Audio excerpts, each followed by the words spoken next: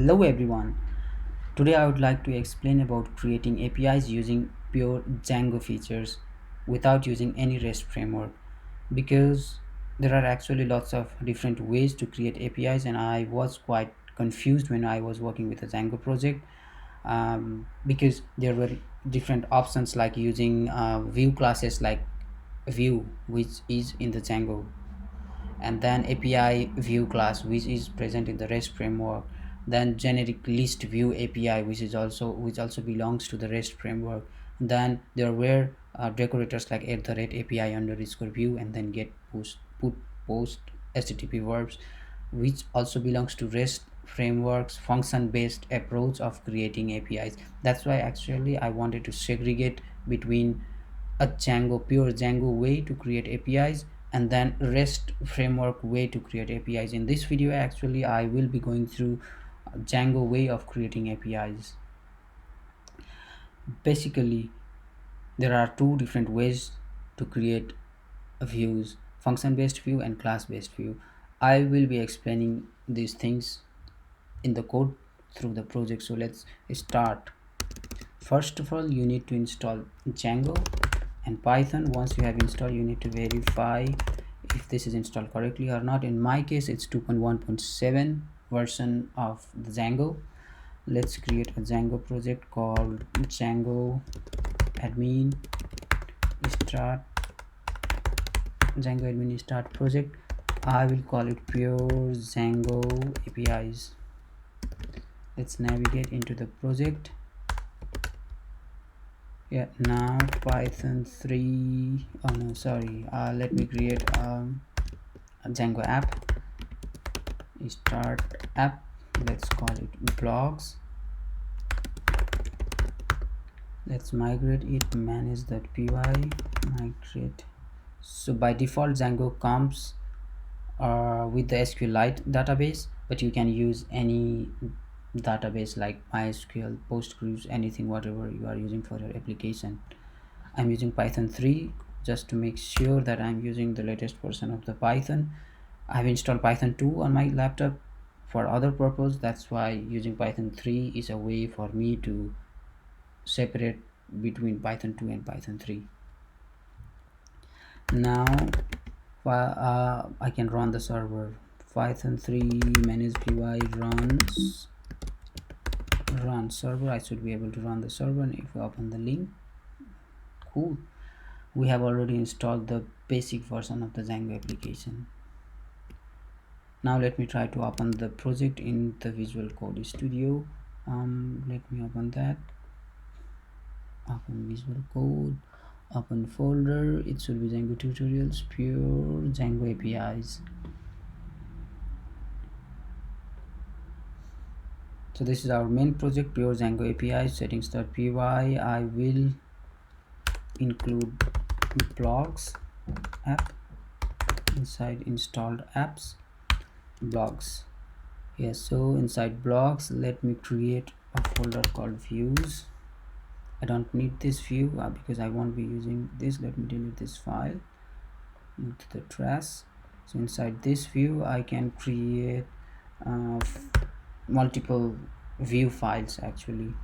Function based views.py as well as class based views.py. Then now I need to create init file in order to import everything from these two files, these two view files from